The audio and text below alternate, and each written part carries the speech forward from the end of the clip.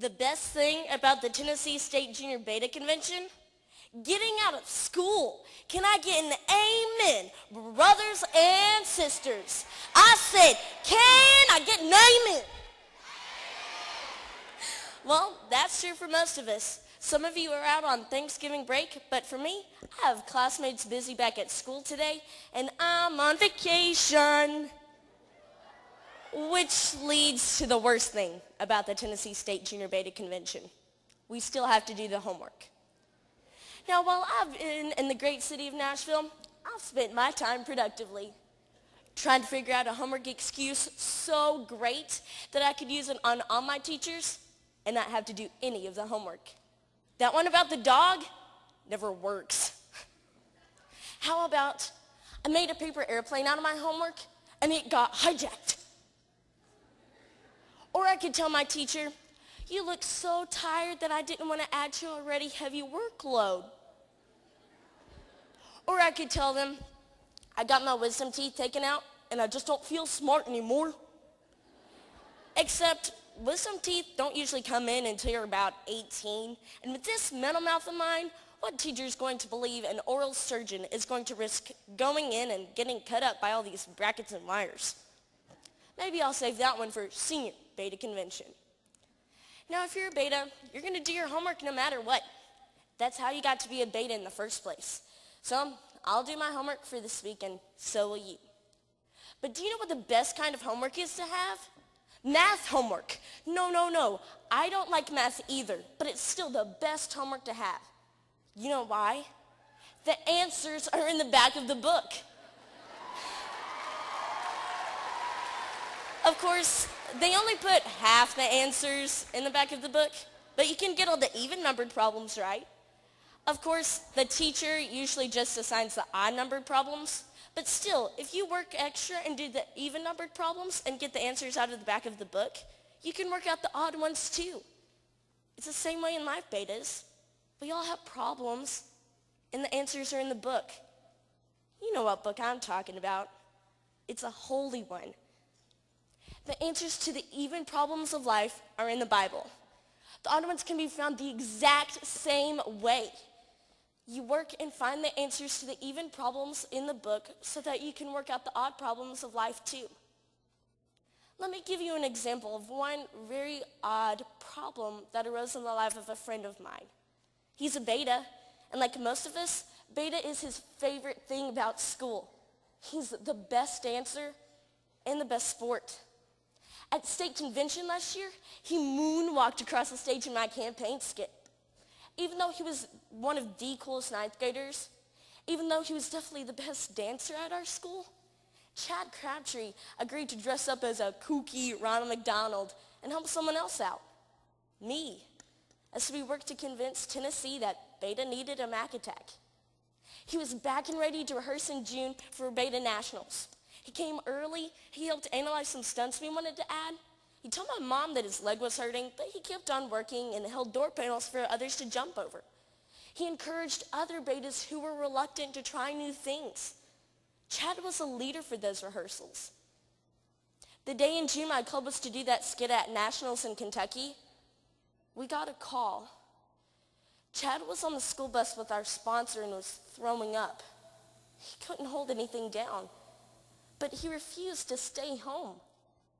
He was a leader for our campaign skit, and he wanted to be with the betas. He rode on that bus in the heat with his face in a plastic bag most of that trip, just so he could be with everybody. By the time we got to the hotel in Louisville, he looked awful. He confessed that his mouth had been hurting and he had gone to the doctor. He was prescribed pain medicine, but he couldn't keep it down. He walked. No. He dragged his leg behind him. That same leg that had been hurting at rehearsals, and went upstairs to our hotel rooms. Chad hurting like this was so odd. He didn't know what was going on, and we certainly didn't. He rested for a little bit and then walked what was equivalent of 3 city blocks just so we could rehearse our campaign skit. I take that back. Chad limped. Chad shuffled, but Chad kept moving. When we got there, we all knew he couldn't perform. And Chad knew too. He coached his replacement from a seat, and then we got someone to help him back to the hotel room. It was so odd and so scary. Still, we knew where the answers were, and we prayed. Chad missed seeing our campaign that night, but he refused to go home.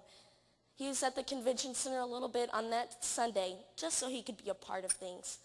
On Monday, he went with us to the Louisville Zoo, but by the time we got to the Slugger Museum, the pain Chad was in rocked his body. Literally. He never cried out. He never let us see him cry. But he confessed that he had never endured anything so painful in his life. We cried watching him. He went home that night. 3 days later, on July 1st, 2010, Chad Crabtree was diagnosed with AML leukemia. We cried again. This kind of cancer is very scary, and no one we knew had ever had to go through anything like it. It was so odd that our healthy, happy Chad was going through such an aggressive strain of blood cancer. The infection in his body made his gums swell. His teeth became so loose that he couldn't eat. We all looked to God for help and began to pray more. If you're on Facebook, you may have seen a little group called Cheering for Chad Crabtree. At the end of the day on July 1st, the day Chad was diagnosed, we had approximately 18 people who had learned of our effort to combine our prayers and cheer for Chad. This group grew. To date, there are 2,466 members who are praying and cheering for Chad Crabtree. And that's just on Facebook. Even the National Beta Club itself is a member. Betas know where the answers are for the even and the oddest problems in life. We know where the answers are. I am happy to report that Chad's doctors at Vanderbilt Children's Hospital are working through all of Chad's problems. His latest test result showed that there are no leukemia cells in his body.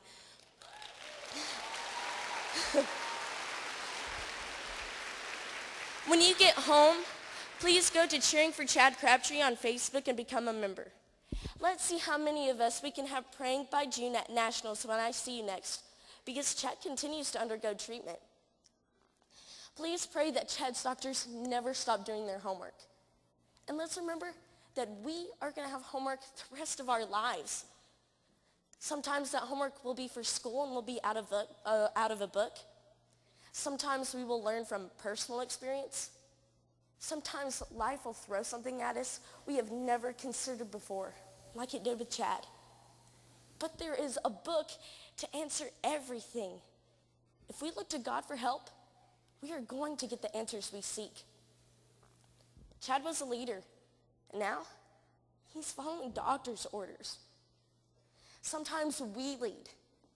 Sometimes we follow. All of us, especially Chad right now, are trying to find answers. We all have problems, just not the same problems. We all have homework, just not the same homework.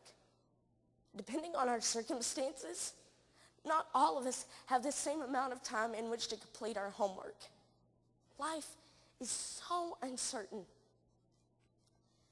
There's a wonderful song that I know, and it goes like this. 'Cause I've been looking in the back of the book for the answers, hoping the bell wouldn't chime. But I'm not ready to put down my pencil just yet. There are too many answers that I didn't get. I need a little less pressure and a little more time. I am trying to follow. I am trying to lead. I am trying to find what is true.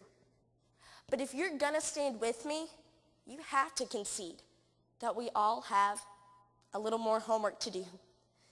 God be with you, betas, as you look for the answers to your homework.